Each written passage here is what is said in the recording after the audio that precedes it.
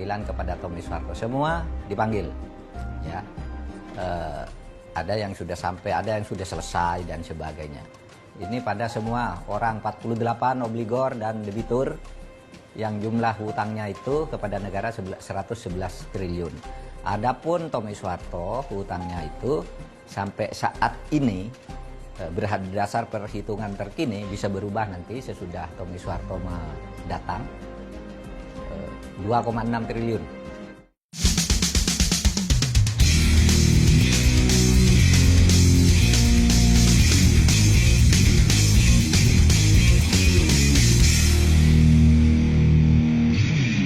Saya sudah nggak ada beban apa-apa.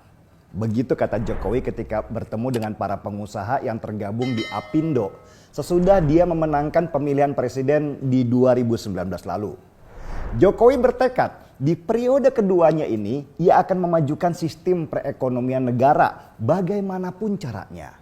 Dia sudah nggak ada beban politik harus terpenjara supaya dicalonkan lagi untuk menuntaskan kerjanya. Ini adalah periode terakhirnya dan harus selesai dengan target yang sebaik-baiknya. Ketika awal memimpin, musuh Jokowi itu banyak sekali dari berbagai sisi. Dia pernah bilang sih, musuh saya terlalu banyak. Sehingga dia harus memilih satu persatu apa yang harus dia kerjakan dalam skala prioritas. Yang bukan prioritas, dia harus melakukan kompromi supaya tidak timbul kegaduhan yang berujung jadi nggak kerja-kerja.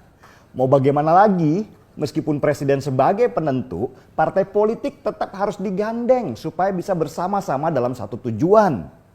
Karena itulah di awal jabatan dulu dia fokus ke migas, pangan, infrastruktur dan sebagainya. Dia berhutang untuk membangun negerinya supaya rakyat yang masuk dalam kategori miskin bisa berusaha. Jokowi itu model presiden yang nggak suka dengan BLT-BLT-an karena itu tidak mendidik masyarakat untuk berusaha. Dia yang bikin pancingnya, dia yang kasih umpannya. Nah, silahkan cari sendiri dong ikannya supaya orang tidak menjadi lemah dan punya mental yang kuat untuk berusaha. Di periode kedua inilah dia mulai mengejar para perampok uang rakyat yang dulu sempat senang karena nggak diburu pemerintah. Salah satu yang dia incar adalah kasus BLBI atau Bantuan Likuiditas Bank Indonesia. Oke, sebagai pengingat aja ya, tahun 98 Indonesia kena krisis moneter.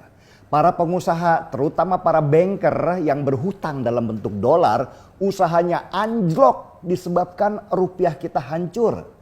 Ini situasi yang berbahaya karena kalau kepercayaan masyarakat terhadap bank hancur karena banknya rugi dan tutup, bisa-bisa terjadi ras atau penarikan uang besar-besaran. Ini bisa bikin panik dan investor pada lari keluar. Pemerintah kemudian memutuskan untuk memberikan pinjaman kepada bank-bank itu sebesar hampir 150 triliun rupiah. Ada 48 bank yang diberikan pinjaman oleh pemerintah supaya mereka kembali sehat. Nah, dari 48 bank-bank itu ternyata ada yang bermental maling. Sesudah dapat duit, mereka ada yang foya-foya, ada yang malah kabur ke luar negeri. Meski begitu, ada juga sih pengusaha yang punya itikat baik dengan mengembalikan pinjamannya lewat jual-jual aset mereka. Dan dari 48 banker yang dipinjami pemerintah, tinggal beberapa bank yang bermasalah. Mereka meninggalkan hutang sebesar 111 triliun rupiah. Banyak ya. Siapa saja para pengusaha itu? Wow, banyak. Banyak juga yang sekarang jadi orang besar, bahkan punya partai segala. Ngeri kan? Karena itu Jokowi harus hati-hati dalam menagih hutang supaya tidak terjadi keributan. Dia mempersilahkan para pengusaha yang kemarin dapat kucuran BLBI dan belum membayar untuk segera melunasi hutang mereka dengan skema apa saja. Boleh mencicil, boleh jual aset, apapun lah, yang penting punya niat bayar. Uang ini uang rakyat, harus dikembalikan ke rakyat supaya negara bisa membangun ekonominya. Jadi bayangkan, ngerinya posisi Jokowi karena dia harus berhadapan dengan orang-orang yang besar dan super kaya itu. Orang-orang super kaya ini bisa menggerakkan demo besar untuk menggulingkan pemerintah. Jokowi harus seperti main layang-layang, tarik ulur supaya dia bisa menang. Jangan seperti Ahok dulu, tarik yang keras-keras, akhirnya putus karena pondasinya tidak kuat. Karena itulah seperti main catur, Jokowi menyiapkan pion-pionnya dulu. Dari menteri, panglima TNI, sampai kepolisian, harus orang-orang yang dia percayai. Jangan sampai ada yang berkhianat dan malah menusuk dari belakang. Ingat tahun 2016-2017 kemarin di mana Jokowi sempat salah memilih orang dan berpotensi membuat rusuh negara dengan demo-demo besar yang ditunggangi untuk kepentingan pribadinya. Tidak bisa seperti itu sekarang. Harus cermat, cerdas dan waktunya tepat. Dan waktu yang tepat itu adalah sekarang ketika semua pion sudah siap. Yang pertama dilakukan tentu membersihkan pasukan-pasukan mereka. Pasukan yang dulu dibentuk, yang berbaju agama, yang suka demo-demo dengan komandannya yang provokator, itu sudah dikandangkan. Organisasinya juga sudah dihajar, dibubarkan, sampai mereka ngumpet dan tidak berani keluar. KPK juga dibersihkan dari orang-orang mereka. Baru kemudian Jokowi melakukan pendekatan halus, tapi tetap bernada ancaman. Oke, sekarang siapa yang lebih kuat? Kamu atau saya? Nah, lebih baik bekerja sama daripada melawan. Serem kan? Salah satu penghutang yang dikejar adalah Tommy Soeharto. Tommy punya hutang ke negara sebesar 3,5 triliun rupiah totalnya. Uang negara waktu itu dipakai Tommy untuk membesarkan perusahaan mobilnya, yaitu PT Timor Putra Nasional.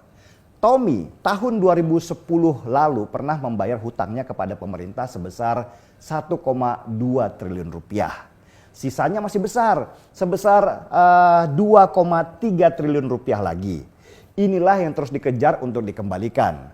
Gimana caranya? Ya terserah Tommy lah. Jual aset juga boleh, nyicil juga boleh. Yang penting lu niat bayar hutang. Itu baru Tommy yang hutangnya cuman 2 triliun rupiah. Menurut Mahfud MD, ada lagi yang punya hutang lebih gede. Ada seorang pengusaha yang nunggak ke negara sebesar 8 triliun rupiah.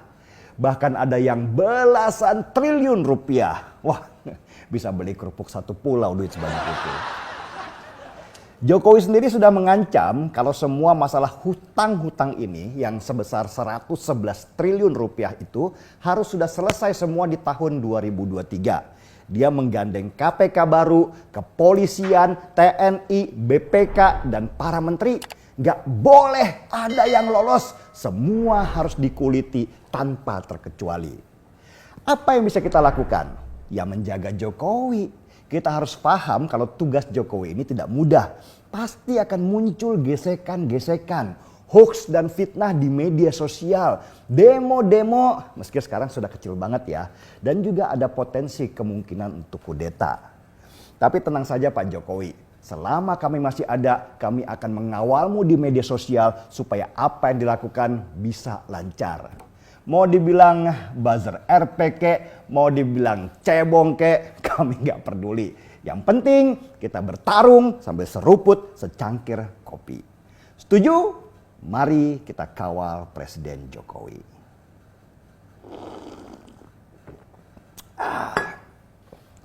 Gaspol!